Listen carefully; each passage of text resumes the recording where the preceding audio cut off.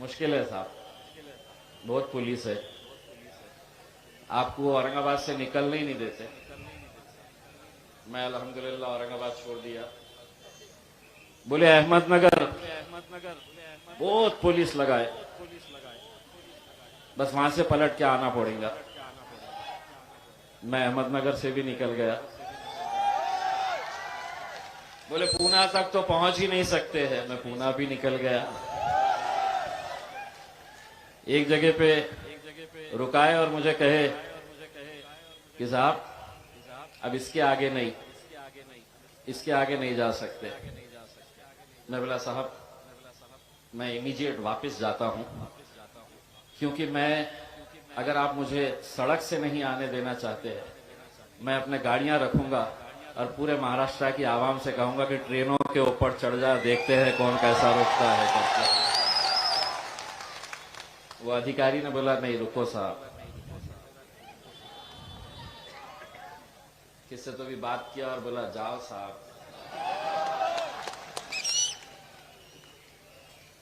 लेकिन मैंने आज इन 13 घंटों के सफर के अंदर एक बात का मुझे एहसास हुआ कि लोग यूं ही मजलिस को शेरों की जमात नहीं कहते हैं।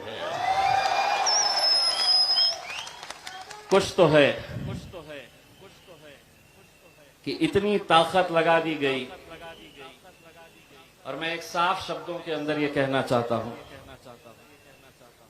और मेरी बात रखने से पहले मैं महाराष्ट्र की और मुंबई पुलिस का तहे दिल से शुक्रिया अदा करना चाहता हूं। मुझे मालूम है कि जो रुकावटें पैदा की गई थी इसमें पुलिस का कोई हाथ नहीं था। आप अपना फर्ज निभा रहे थे, मैं अपना काम कर रहा था। लेकिन कौन लोग थे जो इनके ऊपर दबाव डाल रहे थे कि इम्तियाज जलील और असदुद्दीन अवैसी साहब मुंबई तक नहीं आना चाहिए करके।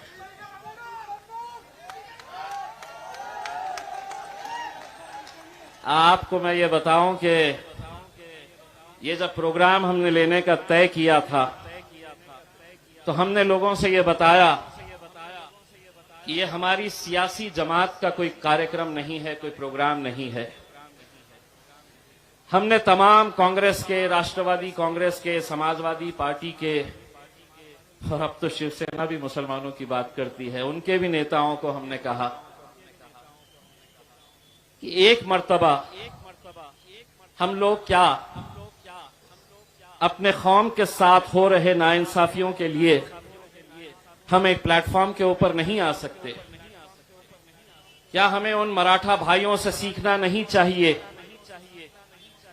कि जिन्होंने जब अपने रिजर्वेशन के लिए सड़कों के ऊपर आंदोलन किया तो शिवसेना का मराठा हो या भारतीय जनता पार्टी का हो या कांग्रेस का हो या एनसीपी का हो, ये पूरे के पूरे मैदान में उतरे तो अपनी सियासी जमात का मफलर पहनकर नहीं उतरे, वो मराठा बनकर वहां पर उतरे। लेकिन हमने जब यही पैगाम, यही इनविटेशन सभी हमारे राजनीतिक दलों के नेताओं को हमने दिया तो किसी ने भी साथ नहीं दिया। बहुत इज्जत के साथ हमने इन लोगों को न्योता दिया, इनविटेशन दिया, लेकिन बाद में पता चला कि ये इज्जत के लायक ही नहीं है।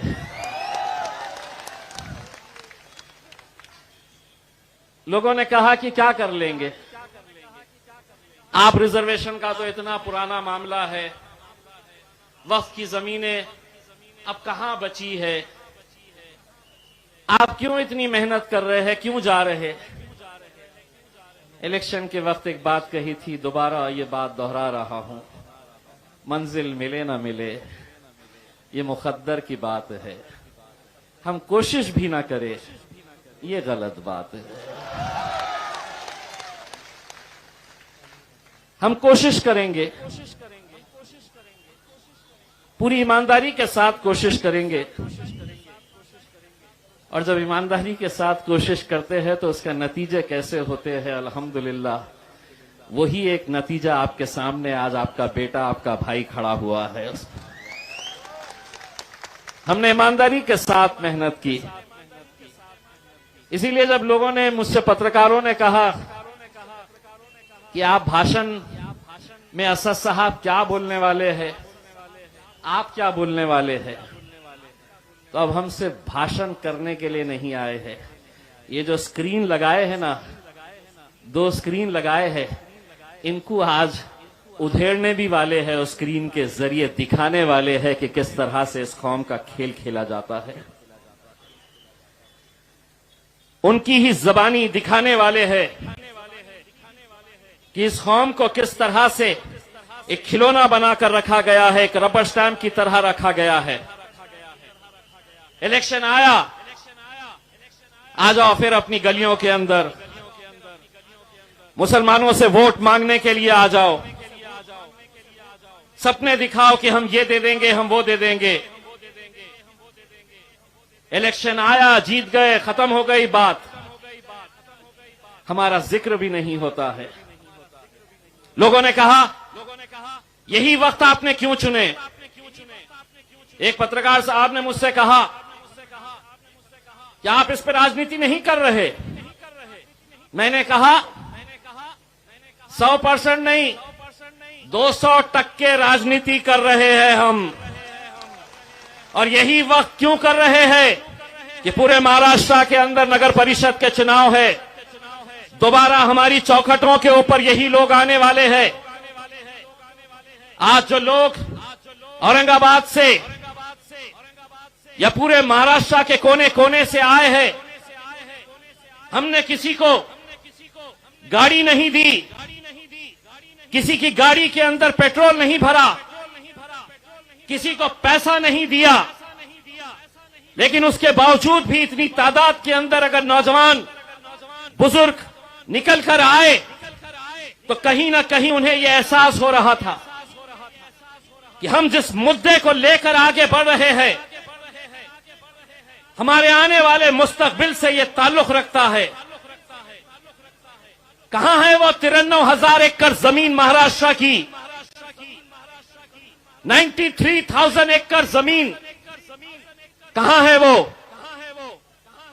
किसने किसको बांटा है, किसने किसको बेचा है? अल्हम्दुलिल्लाह 8 महीने हो गए हैं महाराष्ट्र वक्फ बोर्ड का सदस्य हुए, मेंबर बने हुए। इन 8 महीनों के अंदर अल्हम्दुलिल्लाह 9 FIR रजिस्टर करवाया हूं मैंने पूरे महाराष्ट्र के अंदर। 9 FIR, बड़े बड़े धन्ना सेठों के खिलाफ FIR, जो सोचते थे कि हमें कौन रोक सकता है, हम तो पैसों से सबको खरीद सकते हैं और खरीदे हैं। उनके अंदर डर नहीं था, खौफ नहीं था। वो सोचते थे कि हमारा कौन बाल बाका कर सकता है, हम तो पैसों से सबको खरीद सकते हैं। उन्हें क्या मालूम है कि बाजारों के अंदर कुत्ते के बच्चे बिकते हैं।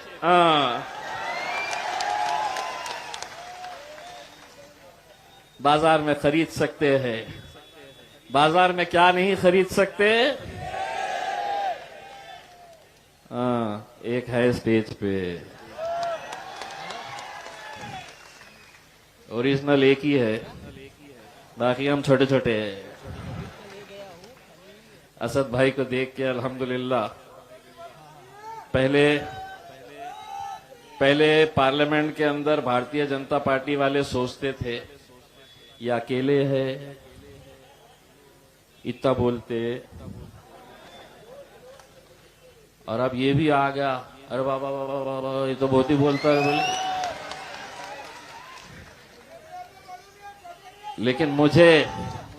लेकिन मुझे इस बात की खुशी होती है कि जिस शख्स को अल्हम्दुलिल्लाह पूरी दुनिया देखती है, पूरे मुल्क के अंदर अगर कोई एक जानबाज पार्लियामेंट के अंदर खड़े रहकर हमारी हक की आवाज वहां पर बुलंद करता है, यह अल्लाह का फजल व करम है।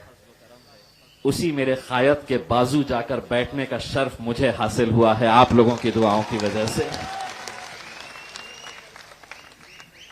ये आप लोगों की दुआओं का नतीजा है कि अल्हम्दुलिल्लाह पार्लियामेंट के अंदर जब लोग कहते थे कि ये तो सिर्फ हैदराबाद की एक ही जमात है, हैदराबाद तक महदूद है, ये एक के दो नहीं होंगे, तो अल्हम्दुलिल्लाह एक के दो हो गए, दो के चार होंगे, चार के छह होंगे, छह के आठ होंगे और आठ के 10 भी होंगे।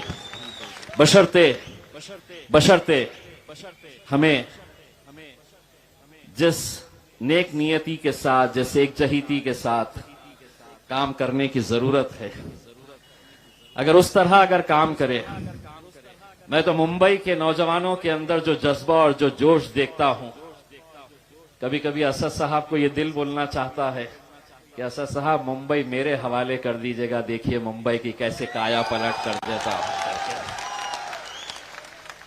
कर रहे हमारे फयाज भाई भी काम कर रहे हैं, वारिस भाई भी काम कर रहे हैं, हमारे कॉरपोरेटर्स भी काम कर रहे हैं, लेकिन कहीं ना कहीं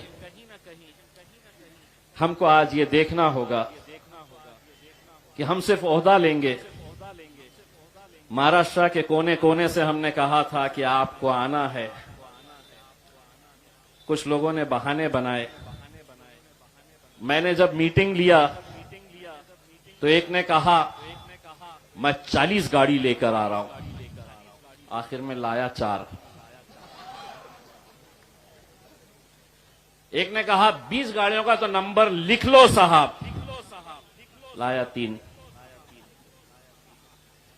घर को जाना पड़ेगा भैया, काम करोगे तो टिकोगे, नहीं करोगे तो आपको भी जाना पड़ेगा। और ये फैसले हमको अपने पार्टी के हक के अंदर लेने पड़ेंगे। जो काम करेगा वो मजलिस के अंदर आगे बढ़ेगा, जो नहीं करेगा उसको घर में जाना पड़ेगा। क्योंकि हम ये जब जज्बा और जोश देखते हैं नौजवानों के अंदर, तो हमें भी ऐसा लगता है कि अगर औरंगाबाद से एक एमपी चुनकर आ सकता है तो मुंबई से हम 4 एमएलएस क्यों नहीं चुनकर ला सकते हैं। बशर्ते एक ताकत बनकर खड़े रहने की जरूरत है, हमारे आपसी इख्तिलाफात को खत्म करने की जरूरत है। और अगर हम वो कर पाए तो मैं समझता हूं कि पूरे महाराष्ट्र के अंदर सबसे ज्यादा जरखेज जमीन कहीं पर है तो वो मुंबई के अंदर है, जहां पर हम बहुत अच्छे नतीजे लेकर आ सकते हैं। दोस्तों, ये जब हमने निकलने का फैसला किया, पूरी तैयारी हो गई। और हां, मैंने जिस तरह से हमारे पुलिस डिपार्टमेंट का शुक्रिया अदा किया, मैं ये समझता हूं कि आज का ये कार्यक्रम अगर यहां पर हो रहा है तो वो सिर्फ और सिर्फ हमारे महाराष्ट्र के working president doctor Gaffar Qadri साहब की मेहनतों की वजह से हो रहा है कि पिछले इतने दिनों से वो यहां पर आकर बैठे और बैठकर उन्होंने जो कुछ भी मुमकिन हो सकता था वो काम किया। वरना ये आलम है हमारा कि पुलिस ने कहा नहीं करना, नहीं करेंगे, ठीक है साहब नहीं करेंगे, ये मजलिस में नहीं चलेगा।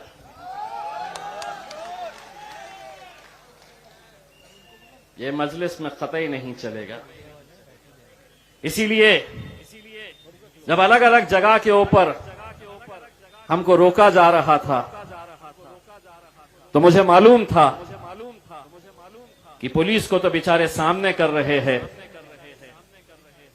लेकिन इसके पीछे कौन लोग हैं जिनके अंदर ये डर और खौफ पैदा हो चुका है मजलिस की वजह से कि ये जो बैठे हैं ये तो हमारी जागीर थी, ये हमारे अलावा कहां जा सकते हैं। इनको डर दिखाओ कि अगर हमारे साथ नहीं आए तो भाजपा आ जाएगी, शिवसेना आ जाएगी, हम सेक्युलर है, हमको दो। लेकिन जब उन्हें यह एहसास होने लगा कि अब ये कौम भी बेदार हो चुकी है और इसमें भी वो हिम्मत आ चुकी है कि कल तुमसे ये सवाल करेगी कि जिस मुंबई हाई कोर्ट ने 2014 के अंदर तमाम दस्तावेज देखे, एम्पिरिकल डेटा जिसे कहते हैं, मुसलमानों के ताल्लुक से देखा, पढ़ा समझा, तब अदालत ने यह फैसला लिया, आदेश जारी किया गया कि मुसलमानों का एजुकेशन का परसेंटेज इस राज्य में, इस मुल्क के अंदर सबसे कम है।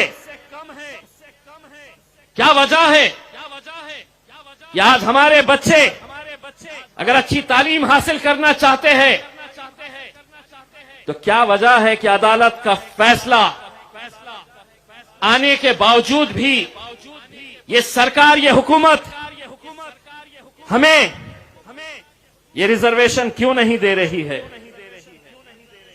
मैं और वारिस पठान 2014 से 2019 तक महाराष्ट्र की विधानसभा के अंदर एमएलए थे। उस वक्त कांग्रेस के, राष्ट्रवादी कांग्रेस के, समाजवादी पार्टी के आमदार एमएलए खड़े रहते थे और लड़ते थे बीजेपी के मुख्यमंत्री देवेंद्र फडणवीस से और शिवसेना से लड़ते थे और ये मांग करते थे कि अदालत ने मुसलमानों को 5% रिजर्वेशन दिया है। भारतीय जनता पार्टी, शिवसेना नहीं चाहती है कि इनकी तरक्की हो, मुसलमानों को रिजर्वेशन दो, अदालत ने बोला है। इतने जोरदार भाषण करते थे कि मुझे ऐसा लगता था कि कितने हमदर्द है मेरे कौम के। 2019 के बाद तख्ता पलट गया, अब हुकूमत में आ गए हैं। विरोध में जब थे तो उस भारतीय जनता पार्टी और उस शिवसेना से मांगते थे जिनका मुसलमानों से कोई लेना देना नहीं, जो नहीं चाहते कि इस मुल्क का मुसलमान तरक्की करे, तालीम हासिल करे। लेकिन आज सत्ता के अंदर अगर तुम बैठे हैं, महाराष्ट्र की विधानसभा के अंदर अगर तुम जाकर बैठे हैं, तो तुम्हें वहां पहुंचाने के अंदर यही हमारे गयूर मुसलमानों का हाथ है कि तुम वहां पर जाकर बैठे हैं। लेकिन सत्ता में आते ही तेवर बदल गए। 2 साल से कोई जिक्र नहीं। हमने इंतजार किया कि अब कुछ फैसला करेंगे, तब करेंगे, लेकिन नहीं। जब हमने ये ऐलान किया कि अब हम आएंगे तुमसे सवाल करने के लिए, तो क्या किए? पुलिस वालों को आगे कर दिए, बोले रुकाओ इनको, कैसा तो भी रुकाओ करके।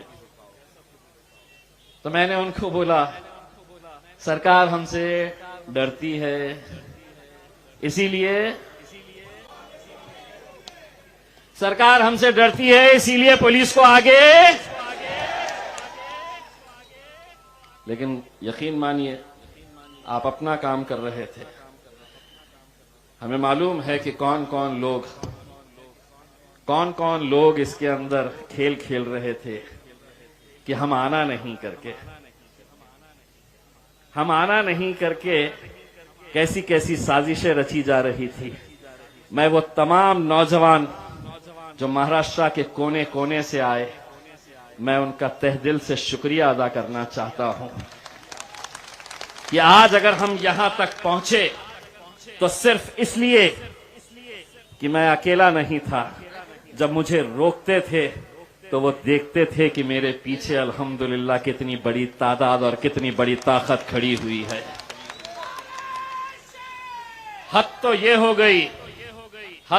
हो गई कि वाशी के पास जब हम आए नवी मुंबई में, अगर कोई वरिष्ठ पुलिस अधिकारी यहां पर मौजूद है तो सुनिए साहब, हमने अपनी किसी भी गाड़ी के ऊपर हमने अपनी पार्टी का झंडा लगाकर नहीं लाए। हमने कोई हरा, नीला, पीला, भगवा झंडा लगाकर नहीं आए।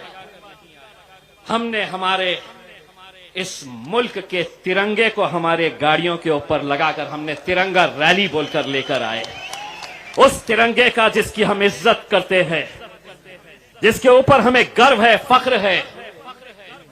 लेकिन वाशी में हमारी जैसी ही गाड़ियां रोकी गई, इतनी पुलिस थी वहां पर, इतनी पुलिस थी कि मुझे ये शक होने लगा कि मैं खासदार हूं या कोई आतंकी हूं जो इसके लिए इतने सारे लोग मेहमान मेरे इंतजार में यहां पर खड़े हुए थे करके। लेकिन वहां पर कुछ पुलिस वालों ने हमको आदेशित किया और कहा कि हम आपको आगे जाने देंगे, आप अपने गाड़ियों से ये तिरंगा निकाल दीजिए। ये वाशी के एक वरिष्ठ पुलिस अधिकारी ने, मीडिया वाले भी वहां पर थे, उनके सामने हमें यह कहा गया कि आपको अगर मुंबई जाना है तो आप तिरंगा निकालिए, अपनी गाड़ी में रखिए और आप आगे जा सकते हैं। मैंने तिरंगा निकाला, गाड़ी से खुद नीचे उतरा और मैंने कहा कि गाड़ी तू रख, मैं पैदल जाऊंगा लेकिन तिरंगे को नहीं छोड़ूंगा। और जब मेरे पीछे मेरे नौजवानों ने अपने अपने हाथ में तिरंगा लेकर हम रोड पे चलने लगे, तब पुलिस वालों को एहसास हुआ कि कुछ गलत हो गया है। फिर बोले जाओ, आ गए मुंबई। बस यही हमारा था कि ये रुकावटें क्यों और किस वजह से की जा रही है। इलेक्शन आएगा, जब भी आएगा, जिस किसी को जिस जमात के अंदर जाना है, जिसका झंडा पकड़ना है, किसका मफलर पहनना है, यह आपका इख्तियार है। लेकिन एक मर्तबा हम सबको मुसलमान बनकर सड़कों पर उतरने की जरूरत रहेगी मेरे भाइयों।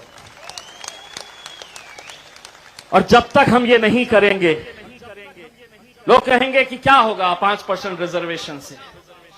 क्या नहीं होगा।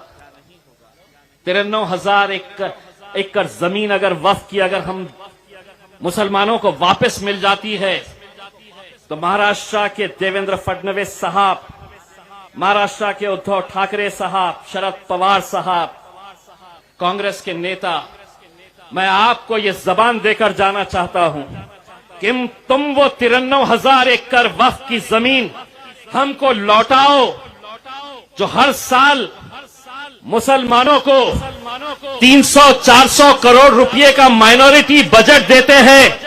वो बजट नहीं देना, 300 करोड़ तो खैरात में हम तुम्हें दे डालेंगे। वो जमीनें हमारा हक है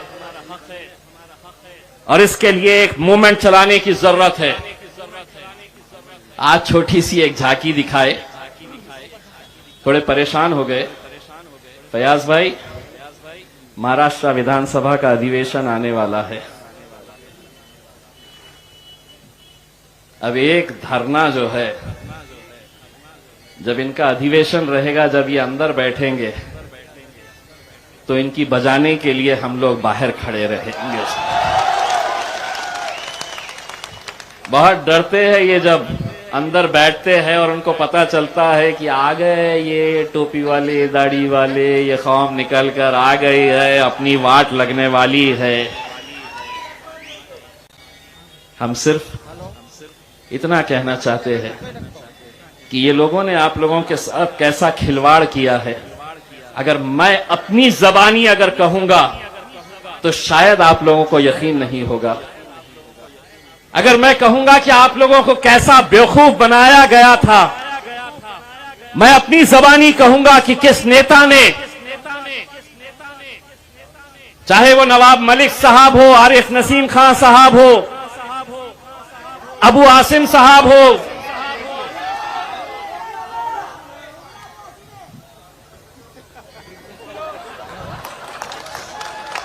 सिर्फ असद भाई ने इजाजत देना, अगला इलेक्शन तो इम्तियाज जलील उनके खिलाफ मुंबई में आके तुम्हारे गढ़ के अंदर लड़के जाएगा और निकाल के जाएगा इंशाअल्लाह।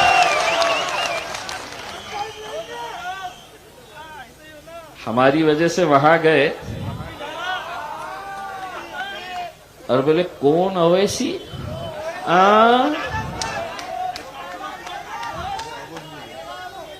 पप्पा।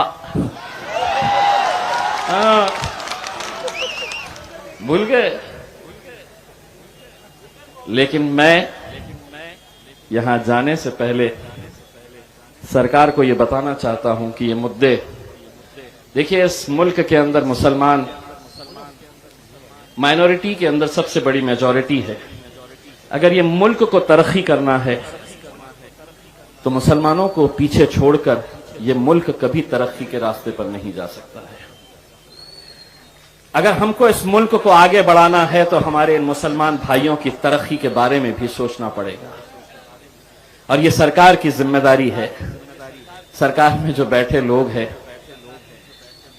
उनके जो करतूते हैं वो मैं आपको दिखाऊंगा, लेकिन सरकार हमसे कितनी डरती है इसका अंदाजा मुझे कल रात में हुआ कि कल रात में सरकार ने एक नोटिफिकेशन जारी किया और रात में 12 बजे वो नोटिफिकेशन मुझे भेजा गया। आप अगर पढ़ेंगे तो आपको ये समझ में आएगा कितना डरती है।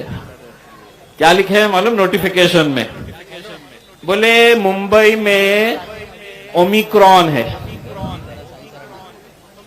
तो इसीलिए ओमिक्रॉन की वजह से 11 तारीख यानी कि आज और 12 तारीख ये 2 दिन कोई भी धरना, कोई भी सभा, कोई भी सम्मेलन नहीं होगा। 2 दिन के लिए